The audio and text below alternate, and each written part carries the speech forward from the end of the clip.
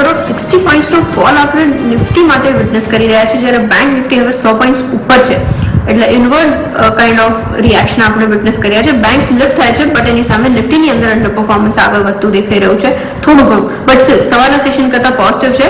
14,400 પણ એક વખત આપણે બ્રીચ કરી ચૂક્યા હતા મોર્નિંગમાં જ્યારે અપ્રોચ કરી રહ્યા હતા ત્યારે. Mid cap indices almost 84 points નીચે હજી પણ, અને એડવાન્સ ડિક્લાઇન એની એજ રેન્જમાં છે. પુટ કોલ રેશિયો 1.42 ની ઉપર ઇન્ટેક્ટ છે, અને રૂપીના લેવલ્સની અંદર થોડો ઘણો સુધારો આવ્યો છે હવે, જે ધ્યાન રાખવું જોઈએ.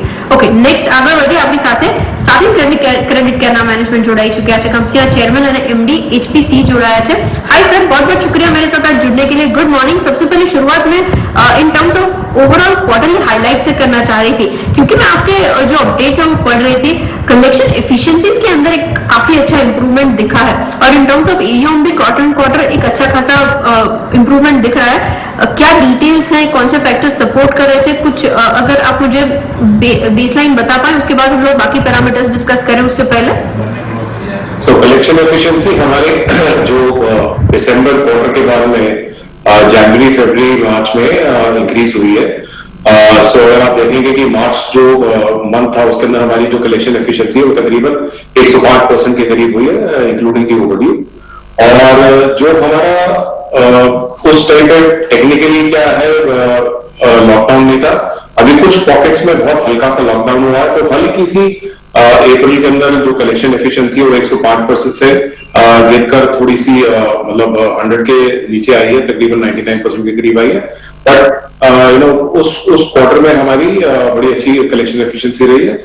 उसके साथ में जो हमारी डिसबर्समेंट थी क्वार्टर ऑन क्वार्टर अगर देखेंगे तो 5% के करीब हमारा इंक्रीज हुआ है. एंड अगर पिछले साल से उसको कंपेयर करेंगे तो the growth has started kicking in, जो कि बहुत जरूरी था कि भाई मतलब पैंडेमिक का इतना लंबा महीने हमको कवर करने के बाद में हमारी डिसबर्समेंट बढ़ी है. तो डिसबर्समेंट और कलेक्शन दोनों में काफी अप ट्रेंड आया है मार्च के क्वार्टर के अंदर.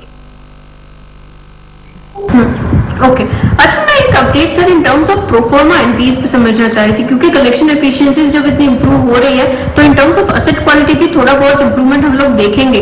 किस तरीके से वो शेप अप हो रहा है, कुछ डिटेल्स अगर आप मुझे दे पाए, क्योंकि सिर्फ सेटिंग क्रेडिट कार्ड की बात करें उससे थोड़ा ब्रॉडर सेंस में मैं समझना चाह रही थी. ऑन ग्राउंड काफी रिपोर्ट्स और काफी एनालिस्ट ये मान के चल रहे हैं कि अब जब हम लोग मॉरेटोरियम का पूरा जो इम्पैक्ट है अब फाइनली बुक्स में आते हुए देखेंगे तो थोड़ा एसेट क्वालिटी को लेकर क्वेश्चंस रेज होने चाहिए. बट अगर कलेक्शन एफिशिएंसीज इंक्रीज हो रही है तो आई बिलीव एसेट क्वालिटी तो इंप्रूव हो रही होगी. कुछ कमेंट्स अगर आप दे पाए मुझे. तो देखिए, दिसंबर जो क्वार्टर था वो हमारा सबसे ज्यादा पीक क्वार्टर था, जिसमें हमने लॉस भी लिया और जिसमें हमारा जीएनपी भी तकरीबन 9.6% के करीब था. तो जो आपकी कलेक्शन एफिशिएंसी मार्च क्वार्टर के अंदर बढ़ी हुई दिख रही है, उसके कारण आपका जो जीएनपी नंबर है वो भी काफी नीचे आएगा. सो जो पीक क्वार्टर जिसको हम बोलते हैं कि आफ्टर द मॉरेटोरियम जो पीक क्वार्टर जिसमें सबसे ज्यादा हिट था वो हिट आपको दिसंबर क्वार्टर में मिला, उसके बाद में वो वाला हिट आएगा. तो जो मार्च क्वार्टर है because of the collection efficiency जो इंप्रूव हुई है, बिकॉज ऑफ डिसबर्समेंट जो इंप्रूव हुई है, तो सबके कारण जो मेरे निम इंप्रूव हुए होंगे बेसिकली, उस सबके कारण में क्या होगा.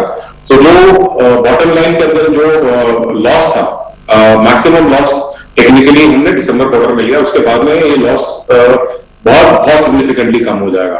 And in case of asset quality की जो बात कर रहे हैं, एसेट क्वालिटी डेफिनेटली क्योंकि कलेक्शन एफिशिएंसी इंप्रूव हुई है तो एसेट क्वालिटी में भी फर्क पड़ा और जीएनपी लेवल्स नीचे ही आए हैं इस दौरान में जो मार्च क्वार्टर है उसके अंदर. Okay, agreed sir. अच्छा, पिछले कुछ दिनों की बात कर ले, काफी स्टेट में पार्शियल लॉकडाउन हम लोगों ने देखे और काफी जगह पे चीजें स्ट्रिक्टली इंप्लीमेंट होने में शुरू हो चुकी है कोरोना के केसेस के बढ़ते जो सिनारियो है उसकी वजह से. क्या उसकी वजह से कुछ इम्पैक्ट हुआ है, क्या वहां से कुछ कंसर्न्स रेज हो रहे हैं, और स्पेशली अगर यूपी की बात कर ले तो आपका वहां पे भी काफी अच्छा एक्सपोजर है, क्या कंडीशन हो रही है, कुछ आउटलुक अगर आप मुझे दे पाए. तो देखिए, एक चीज जो बड़ी क्लियर है, अगर हम लेके चलते हैं, यूपी हमारी सबसे बड़ी स्टेट है और यूपी में जो भी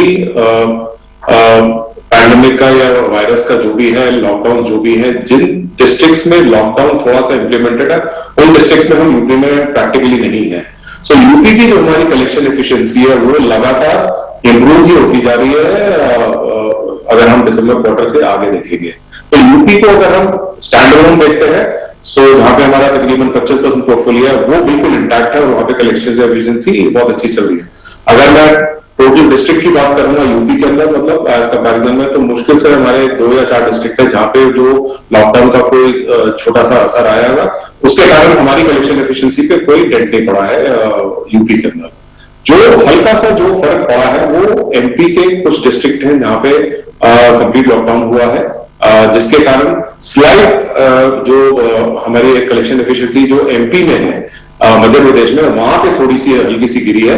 बट ओवरऑल अगर आप ऑल इंडिया लेवल पे देखेंगे यूपी एमपी और सबको मिला के I think the collection efficiency still hold कर रही है हमारी। जो हमारे को डर था कि ये लॉकडाउन की जो ये वाली वेव आएगी और ये सेकेंड वेव जो आई है वायरस की, इसके कारण हो सकता है कि मतलब इससे ज्यादा इफेक्ट पड़ेगा, बट थैंकफुली अभी तक वो उतना इफेक्ट नहीं आया है जो शायद पहली वेव या पहली बार के पैंडेमिक के आया था।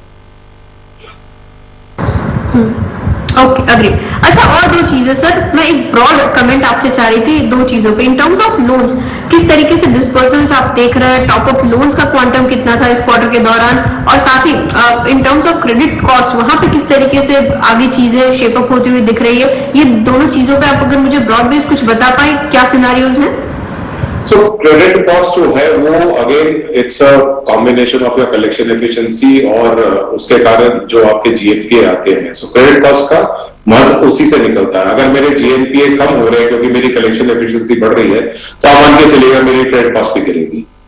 नंबर मैं आपको नहीं बता सकता अभी क्योंकि लिस्टेड एंटिटी है, जब तक बैलेंस शीट फाइनल होती, बट आप अंदाजा ये लगाइए कि अगर मेरी कलेक्शन एफिशिएंसी बढ़ती है तो मेरे जीएनपीए भी कम होते हैं और उसके कारण मेरी क्रेडिट कॉस्ट भी कम होती है। दूसरा, टॉप अप लोन जो है, टॉप अप लोन टेक्निकली नहीं दिए जाते हैं क्योंकि ये it is not exactly this thing what you call it, जिसको हम बोलते हैं कि कोई इमरजेंसी लोन अगर किसी बोरोर के इनकम जनरेटिंग कैपेसिटी में कोई फर्क पड़ता है, हाँ जरूर वो कुछ लोन दिया जाता है, वो बड़ा इनसिग्निफिकेंट अमाउंट है हमारे पूरे पोर्टफोलियो के अंदर। टेक्निकली जिसका भी केस खत्म हो रहा है, जिसने केस खत्म किया है, उसको अगर नेक्स्ट लोन साइकिल चाहिए उसी को हम दे पाते हैं। So I think that is how the disbursement is taken forward. Okay, बिल्कुल। बहुत बहुत शुक्रिया सर मेरे साथ जुड़ने के लिए। विद बेस्ट रिगार्ड्स कि क्वार्टरली रिजल्ट्स के ऊपर जब हम लोग बातचीत करें, ये सारे पैरामीटर्स के ऊपर इन डिटेल बातचीत कर पाए। थैंक यू सर मेरे साथ जुड़ने के लिए। 7 ક્રેડિટ કેરના મેનેજમેન્ટ આપણી સાથે જોડાયા હતા અને સ્ટોક પ્રાઇસીસની એક મૂવમેન્ટ પર નજર કરી લો। આજે અપડેટ્સ આવતા દેખાયા, ત્યારબાદ આપણે કલેક્શન એફિશિયન્સીઝની અંદર જે સુધારો જોયો છે એનો એક રિફ્લેક્ટિવ ઇમ્પેક્ટ આપણે સ્ટોક પ્રાઇસીસની અંદર પણ નજર કર્યો છે। ધ્યાન રાખતા રહીશું કેવી રીતના ટર્નઆઉટ થતા દેખાય છે ક્વાર્ટર 4ના રિઝલ્ટ્સ પણ, અને કેવી રીતના સ્ટોકની અંદર રિએક્શન્સ પણ આવતા દેખાય છે એની ઉપર પણ। સ્ટોક થોડોક નીચે છે, 88.65ના માર્ક્સની ઉપર અત્યારે લગભગ 4.4% નીચે કામકાજ કરતો। એની સાથે જ આ શોમાં પણ અત્યારે આટલું જ। આગળ તમારા માટે બજાર એટ 1 લાઇન અપ છે। મને આપશો રજા, નમસ્કાર।